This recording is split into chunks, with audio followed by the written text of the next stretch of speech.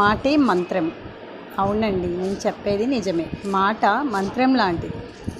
ఎందుకు చెప్తున్నానంటే, శ్రీకృష్ణుడు ఆది కౌన్సిలర్. ఎలా అంటున్నానంటే, ఆయన తన మాటలతోనే అవతలి వ్యక్తుల్ని ఉత్తేజపరిచేటువంటి వ్యక్తి అన్నమాట శ్రీకృష్ణ భగవానుడు.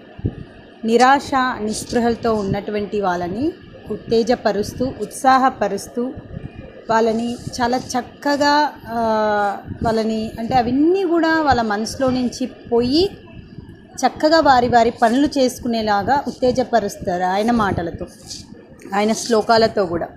సో భగవద్గీత అందుకు ఉదాహరణ. భగవద్గీతలో శ్లోకాలు చదివితే ఒక్కొక్క సమస్యకి ఒక్కొక్క పరిష్కారం అందులోనే దొరుకుతుంది. అందుకే నేను మాటే మంత్రం అన్నాను. సో భగవంతుడు ఎక్కడో లేదు, మన మనసులోనే, మన అంతరాత్మలోనే ఉన్నాడు. ఆ కృష్ణుడి ఎవరైతే మన శ్రీకృష్ణుడు ఉన్నారో, సో ఆయన భగవద్గీత చదివితే చాలు, మనకు అన్ని సమస్యలకు పరిష్కారం అక్కడే దొరుకుతుంది.